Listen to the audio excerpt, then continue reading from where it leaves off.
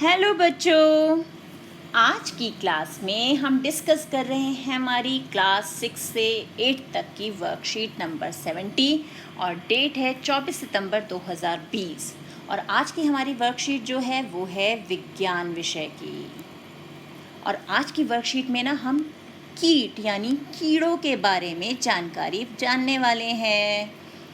तो अब जीवों के संसार में अलग अलग प्रकार के कीट या कीड़े होते हैं, जैसे तितलियाँ, मधुमक्खियाँ, कॉकरोच, चींटियाँ, मक्खी और मच्छर आदि। तो अब हम अपने आसपास तरह तरह के कीड़े देखते रहते हैं। रंग बिरंगी तितलियाँ, मधुमक्खियाँ जो हमारे लिए शहद बनाती हैं, कॉकरोच जो बाथरूम में या किचन में दिख जाए तो आवाज़ क्या आती है, मम्मी, ऐसे डर जाते हैं ना। और चींटियाँ, मक्खी, मच्छर से तो बहुत परेशान रहते हैं। तो ये सभी हमारे कीड़े यानी कीट हैं। सभी कीड़ों के 6 पैर और शरीर के 3 भाग होते हैं। इन सभी कीड़ों के 6 पैर होते हैं और उनके शरीर को हम 3 भागों में विभाजित कर सकते हैं। पहला है सिर, दूसरा वक्ष और तीसरा इनका पेट या उदर भी कहते हैं हमसे।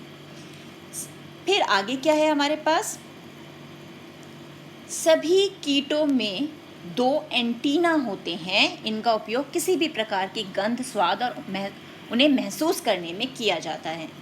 अब कई बार हम ये सोचते हैं ना, यार ये चींटियों को कैसे पता चलता है कि यहाँ खाने का सामान रखा है? क्योंकि उनके पास 2 एंटीना हैं और इस एंटीना से उन्हें खाने की गंध आ जाती है, स्वाद पता चल जाता है और वो वहाँ तक पहुँच जाती हैं। तो कीटों के शरीर के बाहर एक कंकाल होता है जो वाटरप्रूफ होता है, जिसे बाह्य कंकाल कहा जाता है। अब ये जितने भी कीड़े होते हैं इनके ऊपर एक हार्ड सा कंकाल बना हुआ होता है जो वाटरप्रूफ होता है, यानी पानी से सुरक्षित होता है, उन पे पानी का असर नहीं होता। इसे हम बाह्य कंकाल बोलते हैं, इंग्लिश में बोलते हैं एक्सोस्केलेटन। यह सुरक्षा के लिए होता है कि अगर वो पानी में गिर जाएं तो गीले ना हो या उनको नुकसान ना पहुँचे। कुछ कीटों के पंख होते हैं इसलिए वे उड़ सकते हैं। अब बताओ ज़रा किन किन कीटों के पंख होते हैं? तितलियों के होते हैं, मधुमक्खी हैं, हमारी मक्खियाँ हैं, मच्छर हैं, इन सब के पंख होते हैं इसलिए वो उड़ पाते हैं। और कुछ के पंख नहीं होते तो वो रेंगते हैं, कूदते हैं या तैरते हैं। अब चींटियाँ जो हैं हमारी, उनके पंख नहीं होते तो वो क्या करती हैं? रेंगती हैं। और कॉकरोच, उनके पंख होते हैं, छोटे से होते हैं, वो बस कूद कूद के इधर से उधर बड़ी तेज़ी से चले जाते हैं। तो इस प्रकार ये हो गई हमारी कीटों की जानकारी।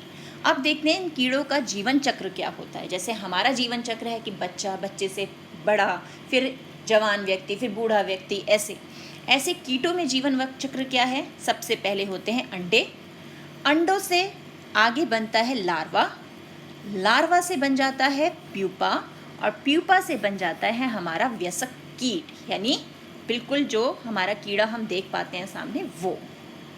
तो ये हो गया कीटों का जीवन चक्र। अब हमें जो हमने पढ़ा है उसके आधार पर उत्तर लिखने हैं। किन्हीं 2 कीटों के नाम लिखिए। तो बहुत आसान है, जल्दी से बता दो। चींटी, शाबाश, मक्खी, मधुमक्खी, हाँ।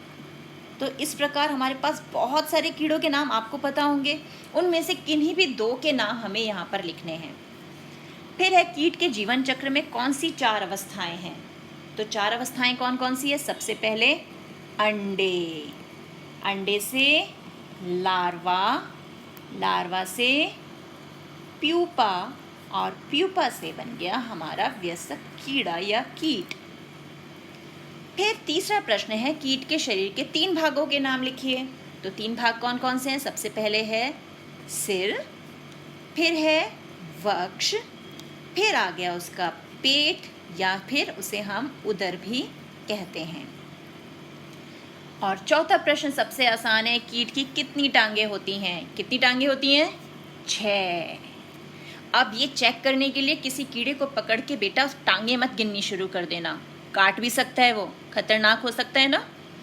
तो ये है हमारी कीट के बारे में, जो हमारे आसपास कीड़े हैं उनके बारे में एक रोचक जानकारी।